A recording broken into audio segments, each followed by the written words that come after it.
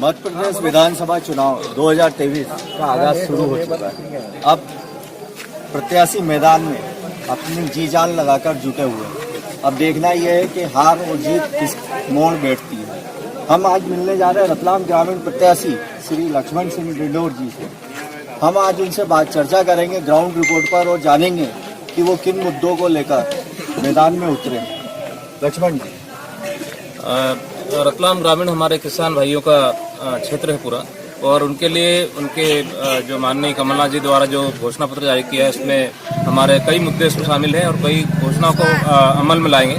सरकार जैसे ही बनेगी सबसे पहला हमारा जो है किसानों की ऋण माफी पे कार्य चलेगा। उसके बाद में हमारे छात्राओं के लिए जो छात्रवृत्ति है 5वीं के लिए 5वीं तक जो है 500 रुपये, 8वीं तक जो है 9वीं 8वीं 10वीं तक जो है 1000 रुपये, और 11वीं और 12वीं फिर उनको 1500 रुपये देने का प्रावधान किया गया है। साथ में हमारे जो किसान भाइयों के लिए बिजली माफ भी और 100 यूनिट तक बिजली माफ का भी उसमें जो घोषणा पत्र में शामिल किया गया है, और 5 हार्स पावर की मोटर जो वो मुफ्त में जो है उनको चलाने का भी एक अधिकार दिया जाएगा।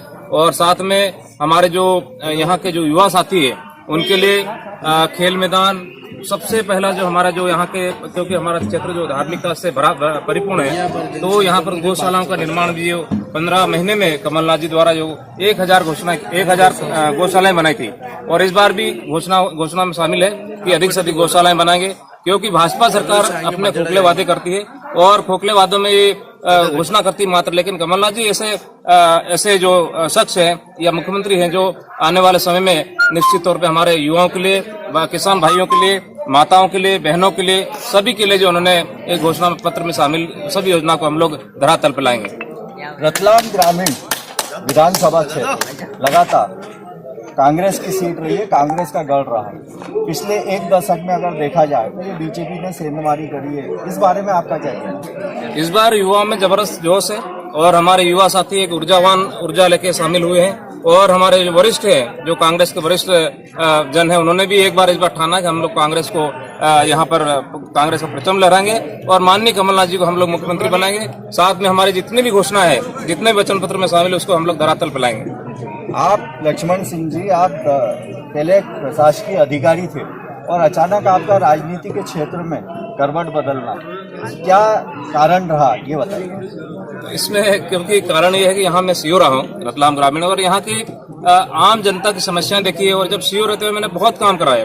संबल योजना की बात हो, यहाँ नंदन फलोद्यान की बात हो, जो शासकीय योजना उनको धरातल लाने का बहुत पूरा प्रयास किया था, लेकिन उसमें क्योंकि एक बंदिश है, नौकरी में रहते हुए हम लोग जो सार्वजनिक तौर पे कई चीजें नहीं कर पाते। मैं आम जनता की सेवा करना चाहता हूँ और जनता की सेवा के लिए मैं हमेशा तत्पर रहूंगा। इन्हीं आशाओं के साथ में मैं एक बार पुनः वापस रतलाम ग्रामीण में आम जनता की सेवा के लिए हाजिर हुआ हूँ, और जनता का आशीर्वाद मुझे बहुत मिल रहा है, और निश्चित तौर पर विजय हासिल करेंगे, और यहाँ की सेवा मैं 24 घंटे सेवाएं तत्पर रहूंगा।